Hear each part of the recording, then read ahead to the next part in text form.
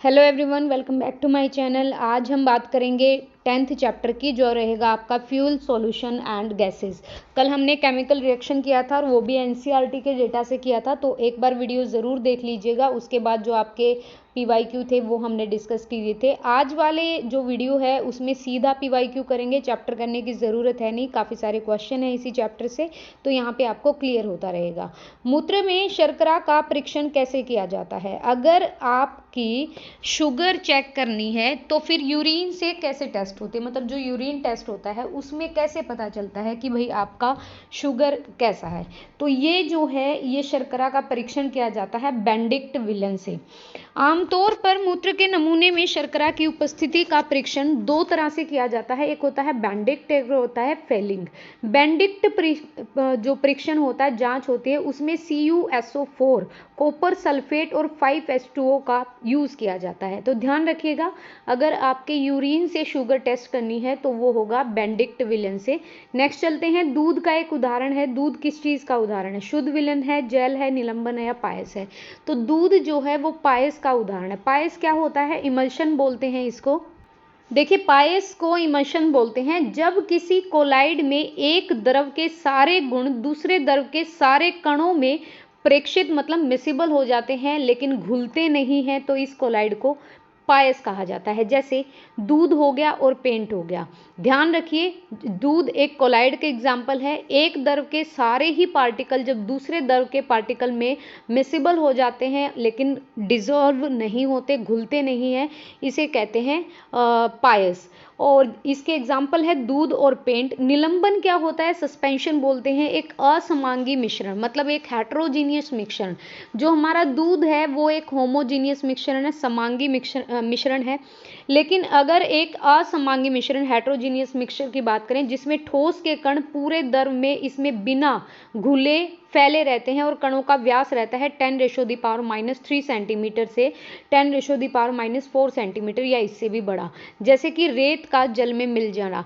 आपका जो रेत है ना, रेत के जो कण हैं वो क्या रहेंगे? ठोस रहेंगे, एज इट इज रहेंगे, लेकिन फैले हुए रहते हैं पानी में, तो ये होता है सस्पेंशन। ध्यान रखिएगा। डैश एक जलीय घोल का उदाहरण है क्या? चीनी, बेंजीन, ईथर या फिर CS2। तो चीनी जो है वो वास्तव में ही क्या है? एक उदाहरण है चीनी का पानी में घुल जाना। तो वास्तव में विकल्प ही अपूर्ण है, उत्तर अपूर्ण है। वास्तविक उत्तर है चीनी का पानी में घुल जाना, तो option A will be correct. बालू और पानी के मिश्रण को डैश के द्वारा अलग किया जाता है।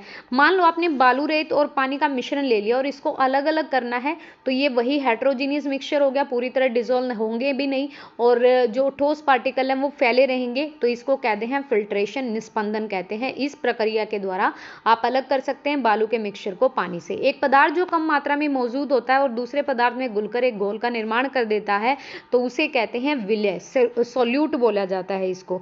मतलब कम मात्रा में होगा, कम क्वांटिटी होगी और दूसरे पदार्थ में घुलकर, जैसे चीनी का पानी के साथ घुल जाना, नमक का पानी के साथ घुल जाना, ये सोल्यूट होते हैं। विलायक क्या होते हैं? सॉल्वेंट विलायक का वह अवयव जो अपेक्षाकृत ज्यादा मात्रा में है, जो दूसरे पदार्थ को अपने अंदर घोल ले।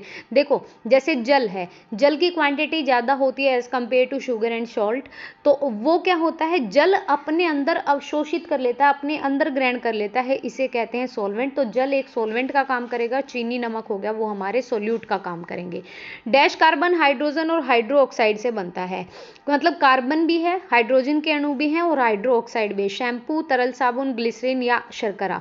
तो जो ग्लिसरीन होता है ये एक बायोलॉजिकल पदार्थ है, एक जैविक पदार्थ है, और जो कि पशु वसा और वनस्पति तेल से प्राप्त किया जाता है। तो ग्लिसरीन ही एक ऐसा पदार्थ है जिसमें हाइड्रोजन भी होते हैं, हाइड्रो ऑक्साइड भी होते हैं और कार्बन के भी मॉलिक्यूल्स होते हैं। सही का चयन कीजिए। ऑक्सीजन जलाना, तो कार्बन डाइऑक्साइड क्या? ऑक्सीजन के साथ रिएक्शन करके जैसे आग लग जाती है शॉर्ट सर्किट से, क्योंकि ऑक्सीजन के साथ रिएक्शन करती है ये चीज़, और जो कंडक्टर होते हैं वो ऑब्वियसली क्या होते हैं? विद्युत का सुचालक और वायु का तो क्या है कि भाई कार्बन डाइऑक्साइड बुझाने का काम करती है। ऑक्सीजन गैस किसी भी पदार्थ के जलने के लिए बहुत ज़रूरी है। अगर वायु में ऑक्सीजन नहीं है एटमॉस्फेयर में तो आप आग भी नहीं जला पाओगे, जबकि कार्बन डाइऑक्साइड जो गैस होती है जब कहीं पे बहुत बड़ी लेवल पर आग लग जाती है तो कार्बन डाइऑक्साइड बुझाने के काम आती है। पृथ्वी के वायुमंडल में कौन सा तत्व सर्वाधिक प्रचुर मात्रा में है, तो ये हमारा नाइट्रोजन है। आप सभी को पता है कि नाइट्रोजन 78% है, ऑक्सीजन 21% है। तत्व पूछा है, ऑर्गन 0.9% है, कार्बन डाइऑक्साइड 0.03। रेडोन एक नॉन रिएक्टिव गैस है जो पृथ्वी के वायुमंडल में नहीं पाई जाती। कार्बन मोनोऑक्साइड एक ज्वलनशील गैस है ऑब्वियसली, और ये कौन सी गैस इनमें से कौन सी है जो ज्वलनशील नहीं है, तो ऑक्सीजन ज्वलनशील गैस नहीं है अपितु जलाने में सहायक है। ऑब्वियसली ऑक्सीजन एक मीडियम है हीट मतलब लाइट का या जलाने का, लेकिन ऑक्सीजन ज्वलनशील नहीं है।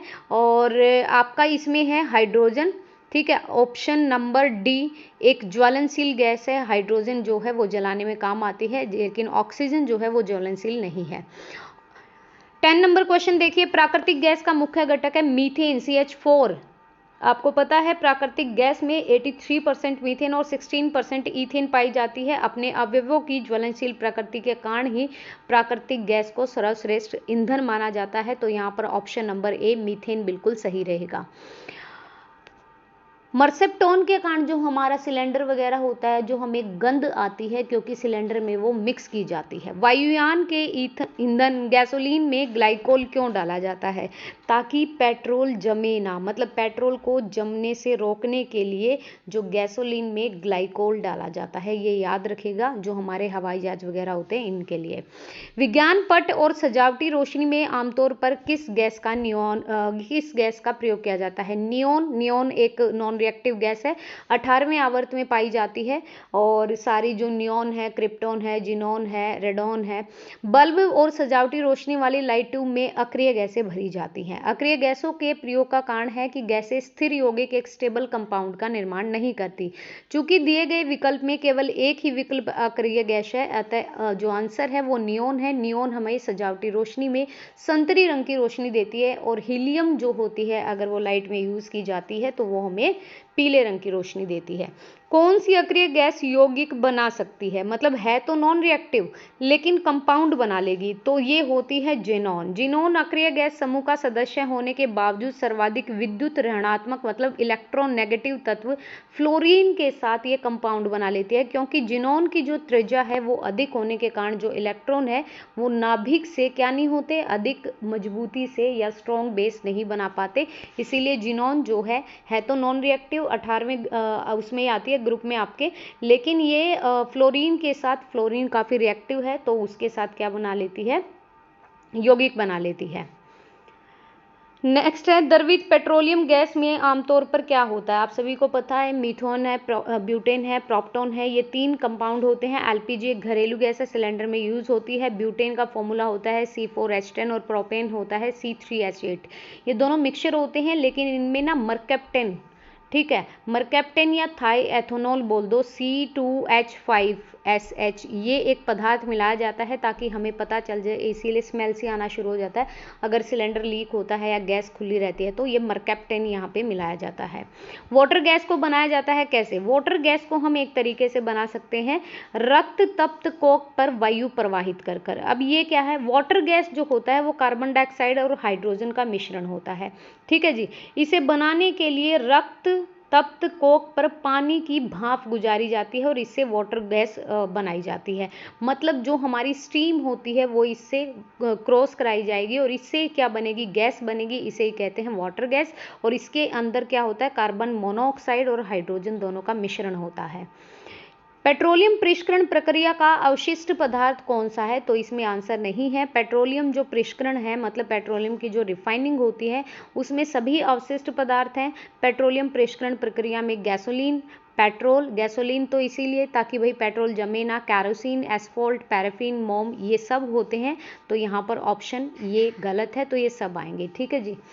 वाटर गैस में कार्बन डाइऑक्साइड का प्रतिशत कितना होता है? वाटर गैस में आपकी कार्बन मोनोऑक्साइड होती है 50% यहाँ पे वाटर गैस, कार्बन मोनोऑक्साइड 50% और हाइड्रोजन आपकी 40% और 10 जो बची है वो आपकी मीथेन होती है। तो option number C will be correct. Jet वायुयानों को उड़ाने के लिए प्रयुक्त ईंधन में यूज होता है क्या? शुद्ध किया हुआ कैरोसिन। कैरोसिन का जो तेल होता है वो होता है हमारे जेट जो होते हैं, जो हमारे एरोप्लेन होते हैं, उनको उड़ाने के लिए ईंधन में यूज किया जाता है, प्रयुक्त ईंधन में होता है कैरोसिन। यूरिया में नाइट्रोजन किस रूप में विद्यमान रहता है? तो यूरिया जो होता है हमारा मूत्र, वो यूरिन होता है, सॉरी, यूरिया एक अलग चीज़ है। यूरिया एक कंपाउंड है, एक कार्बनिक कंपाउंड है जिसका रासायनिक सूत्र होता है NH2CONH2। कार्बनिक रसायन के क्षेत्र में इसे कार्बामाइड भी कहा जाता है और इसमें नाइट्रोजन किस रूप में होता है? अमाइड के रूप में होता है। ना तो इसका रंग होता है ना गंध होता है, ये सफ़ेद होता है, रवेदार होता है और जहरीला। ये जो आपने, मैं बता दूं, जो खेतों में अगर काम किया है या रिलेटेड हो अगर आप खेत वगैरह से, तो इसको बोलते हैं खार। यूरिया लिखा होता है ना, फर्टिलाइजर, सफ़ेद रंग के कट्टे होते हैं, उनमें सफ़ेद रंग की हल्की हल्की जैसे चीनी के दाने होते हैं, ये बिल्कुल सफ़ेद होता है, जल में घुल जाता है। यूरिया को 1773 में फ्रेंच के वैज्ञानिक थे हिलेरी राउले ने मूत्र में खोजा था और कृत्रिम विधि से, मतलब आर्टिफिशियल तरीके से सबसे पहले जो यूरिया बनाने का श्रेय जाता है, मतलब यूरिया किसने बनाया? तो वो बनाया वैज्ञानिक वॉलर ने।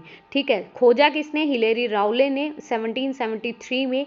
जहरीला होता है, सफ़ेद होता है, रवेदार होता है और 1773 में हिलेरी राउले ने इसे यूरिन में खोजा और सबसे पहला जो तत्व बनाया गया था लेबोरेटरी या प्रयोगशाला में वो यही था हमारा, और ये थे हमारे जो जर्मन वैज्ञानिक वॉलर को ये जाता है। ठीक है, यूरिन का ही टेस्ट हुआ था सबसे पहले। निश्चित द्रव्यमान की गैसों के लिए स्थिर तापमान पर यदि हम आयतन को कम कर दें तो क्या होगा? मतलब एक फिक्स्ड आपका मास है और उन गैसों के लिए आपने एक फिक्स टेम्परेचर लिया है, लेकिन आयतन कम कर दिया है तो दबाव क्या होगा? बढ़ जाएगा। क्यों? इस नियम अनुसार गैस के दिए गए द्रव्यमान का जो दबाव होगा, प्रेशर जो होगा, और इसके आयतन का व्युत्क्रमानुपाती, मतलब इन्वर्सली प्रोपोर्शनल टू V होगा। बशर्ते कि गैस का तापमान स्थिर बना रहे तो यहाँ पर स्थिर तापमान बंद गैस के लिए P is inversely proportionally to क्या होगा? व्युत्क्रमानुपाती है ना, मतलब उल्टा है 1/V, तो PV is equal to constant. धान के खेतों से मुख्य रूप से कौन सी गैस निकलती है? धान के खेतों में निकलती है आपकी मीथेन गैस। ग्रीन हाउस प्रभाव में मुख्य भूमिका निभाती है और मीथेन गैस निकलती है, जिसके कारण क्या होता है? धान में मौजूद कुछ सूक्ष्म बैक्टीरिया है जो CO2 को श्वास के रूप में लेते हैं। तो ध्यान रखिएगा, जो भी कीचड़ वगैरह हो गया उसमें भी मीथेन गैस निकलती है और धान के खेतों से भी मीथेन गैस निकलती है। डैश प्राकृतिक गैस का मुख्य संघटक है। मीथेन जो है वो एक नेचुरल गैस का प्रमुख कंपोनेंट है। प्राकृतिक गैस में 83% मीथेन होती है और 16% ईथेन पाई जाती है। अपने यौगिकों की ज्वलनशील प्रकृति, क्योंकि ये बहुत ही फ्लैमेबल होती हैं, तो इनके कारण प्राकृतिक गैस को सर्वश्रेष्ठ ईंधन माना जाता है। 1984 में भोपाल में एक त्रासदी हुई थी और ये त्रासदी हुई थी आपकी मिथाइल आइसोसाइनाइट एक गैस थी यहाँ पे। भारत के मध्य प्रदेश राज्य के भोपाल शहर में 3 दिसंबर 1984 को एक भयानक औद्योगिक दुर्घटना हुई, एक इंडस्ट्रियल एक्सीडेंट हुआ था। भोपाल स्थित यूनियन कार्बाइड एक कंपनी थी के कारखाने से इस जहरीली गैस का रिसाव हो गया। 8th क्लास की ज्योग्राफी की बुक में है ये चैप्टर। इस त्रासदी में मिथाइल आइसोसाइनाइट, जिसे मिक बोला जाता है, इस जहरीली गैस का रिसाव हुआ था। बहुत सारे लोग मर गए थे, बहुत सारे लोग हैंडीकैप्ड हो गए थे, मतलब किसी के फेफड़े खराब हो गए थे, अलग अलग तरीके से डिसेबल्ड हो गए थे वो। इनमें से कौन अक्रिय गैस का उदाहरण है? देखो यहाँ पर जिनोन भी है, नियॉन भी है, हीलियम भी है, हाइड्रोजन नहीं है। हाइड्रोजन ज्वलनशील में काम आती है, जलाने में काम आती है। गुब्बारों को फुलाने के लिए कौन सी गैस यूज की जाती है? तो हीलियम, क्योंकि हल्की गैस होती है, तो गुब्बारों को फुलाने के लिए हीलियम गैस, जो आपके वायुयान के टायरों में जो हवा भरी जाती है वो भी इसी गैस की होती है और हल्की होती है, क्योंकि हीलियम क्या है? हल्की भी है और नॉन रिएक्टिव भी है। डैश एक संपीड़ित है, कंप्रेस कर सकते हैं CNG गैस को और इसका मुख्य घटक होता है मीथेन। मीथेन एक प्राकृतिक गैस है CH4 जो कि धान के खेतों से हमें मिलती है। CNG एक ज्वलनशील गैस है जो कि ईंधन है, जो कि व्हीकल में यूज होता है। CNG का जो मुख्य कंपोनेंट है वो है मीथेन। LPG का पूरा नाम ये होता है लिक्विफाइड पेट्रोलियम गैस। आपको याद क्या रखना है? एक तो ये डोमेस्टिक गैस है, इसमें ब्यूटेन होता है, प्रोपेन होता है, इसमें एक मरकप्टन एक मतलब गंध के लिए मिला दिया जाता है, या थाई एथेनॉल बोल सकते हैं, C2H5SH। एलपीजी में इसके रिसाव का पता लगाने के लिए, अदरवाइज आपको पता नहीं लगेगा भाई सिलेंडर लीक हो रहा है या फिर हमें स्मेल आ रही है। वायुमंडल में सबसे पर्याप्त मात्रा में पाया जाने वाला गैसीय मूल तत्व कौन सा होता है? नाइट्रोजन है, फ्लोरीन है, हाइड्रोजन है या क्लोरीन है? तो वायुमंडल में हमारा नाइट्रोजन पाया जाता है, धातु हमारी एल्यूमिनियम होती है, तत्व हमारा ऑक्सीजन होता है, और गैस हमारी गैसियस फॉर्म में नाइट्रोजन 78। ये बाकी वही है जो हमने किया था यहाँ पे। एलपीजी का प्रमुख घटक क्या होता है? तो एलपीजी का प्रमुख घटक होता है भाई ऑब्वियसली मीथेन होता है यहाँ पे। अच्छा, ये संपीड़ित सीएनजी का है, सीएनजी का मीथेन है, एलपीजी का ब्यूटेन है। एलपीजी एक घरेलू गैस है, एलपीजी में ब्यूटेन और प्रोपेन मिक्स होते हैं, और यहाँ पे मरकप्टन या थाई एथेनॉल रिसाव का पता लगाने के लिए मिलाई जाती है। अग्निशमक में उपयोग क्या होता है? जब आग बुझानी है और कहीं पे जाना है तो कार्बन डाइऑक्साइड, जहाँ पे आग लगी है कार्बन डाइऑक्साइड का यूज़ होता है। सोडियम बाइकार्बोनेट और सल्फ्यूरिक अम्ल जो होते हैं हमारे एसिड होते हैं, इनका घोल करके आग के ऊपर डाला जाता है, और इस घोल में रासायनिक अभिक्रिया के कारण जैसे ही ये घोल आपस में एक केमिकल रिएक्शन करेगा तो कार्बन डाइऑक्साइड निकलेगी, और जो आग को कंट्रोल कर लेगी, मतलब आग को बुझा देगी। ओजोन का संयोजन हुआ है, ओजोन का संयोजन केवल ऑक्सीजन से हुआ है और कोई गैस नहीं मिली हुई है उसमें। नेक्स्ट, यहाँ पे ओजोन एक गैस है जिसका सूत्र होता है O3 से डिनोट करते हैं। इसके रासायनिक सूत्र से स्पष्ट है कि इसमें केवल ऑक्सीजन के मॉलिक्यूल हैं और कोई भी चीज़ यहाँ पे कंपाउंड ऐड नहीं है। वायुमंडल में सबसे अधिक निष्क्रिय गैस होती है ऑर्गन, नाइट्रोजन 78, ऑक्सीजन 21, ऑर्गन 0.93% और कार्बन डाइऑक्साइड 0.03%। आगे चलते हैं। अग्निशामक के रूप में कार्बन डाइऑक्साइड का यूज होता है, अभी पढ़ के आए हैं। सोडियम बाइकार्बोनेट जो होता है आपका, और सल्फ्यूरिक अम्ल जो होता है, ठीक है, उसका यूज किया जाता है। उसका घोल जो बनता है उससे जो केमिकल रिएक्शन होती है उसी से कार्बन डाइऑक्साइड निकलती है जो कि आग पर कंट्रोल कर लेती है। आग बुझाने वाली gas, again the same question is here. गोबर गैस में मुख्य रूप से क्या होती है? गोबर गैस में मीथेन होती है। ये बोला जाता है ना कि मीथेन को आप अपने घर पे भी ये मीथेन के प्लांट लगाए जाते हैं, तो गोबर को सड़ा गला दिया जाता है, बिल्कुल मिक्स हो जाता है और एक गैस निकलती है, वही हमारी मीथेन होती है। गोबर गैस में मीथेन और कार्बन डाइऑक्साइड दोनों पाई जाती हैं। मीथेन 50 से 60% और आपकी कार्बन डाइऑक्साइड 35 से 50%, ये रेशो रहता है। हास्य गैस, जिसको अगर आपने सूंघ लिया या मतलब इन्वायरमेंट में अगर वो ज़्यादा फैल गई तो N2O बोलते हैं। नाइट्रस ऑक्साइड होती है जिसको एक लाफिंग गैस बोलते हैं। यह अज्वलनशील होती है, नॉन फ्लेमेबल होती है। इसका IUPAC नेम होता है डाई नाइट्रोजन मोनोऑक्साइड। यही क्वेश्चन थे इससे। और नेक्स्ट हमारा चैप्टर रहेगा धातु और अधातु, बहुत इंपॉर्टेंट चैप्टर रहेगा, बहुत सारे क्वेश्चन आपको सीखने को मिलेंगे इस चैप्टर से। आज की वीडियो में बस इतना ही। आपको वीडियो पसंद आई तो प्लीज़ शेयर कर दीजिएगा वीडियो को और चैनल को सब्सक्राइब कीजिएगा अगर आप न्यू व्यूअर हैं तो। हम कर रहे हैं PYQ साइंस के। मैंने 2 चैप्टर आपको NCERT से कराए, एक केमिकल रिएक्शन कराया, एक एसिड बेस भी कराया, और एक चैप्टर और कराया मैंने आपको एटम मॉलिक्यूल और स्ट्रक्चर ऑफ एटम। बहुत अच्छे से करिएगा, आपके उससे बाहर क्वेश्चन नहीं जाएंगे। एंड गाइज, इंग्लिश की मैं एक डिटेल वीडियो बनाऊंगी जिसमें सारे एक ही वीडियो में आ जाएंगे जितने भी PYQ है। उसके लिए मुझे थोड़ा सा टाइम लगेगा क्योंकि अभी मेरा कुछ और काम चल रहा है, तो मैं वो डाल दूंगी। उसके अलावा आपकी जो नेशनल GK है उसकी वीडियो आपको मिल रही है विद एक्सप्लेनेशन। तो सपोर्ट कीजिएगा एंड प्लीज़ शेयर कीजिएगा वीडियो को। Thank you.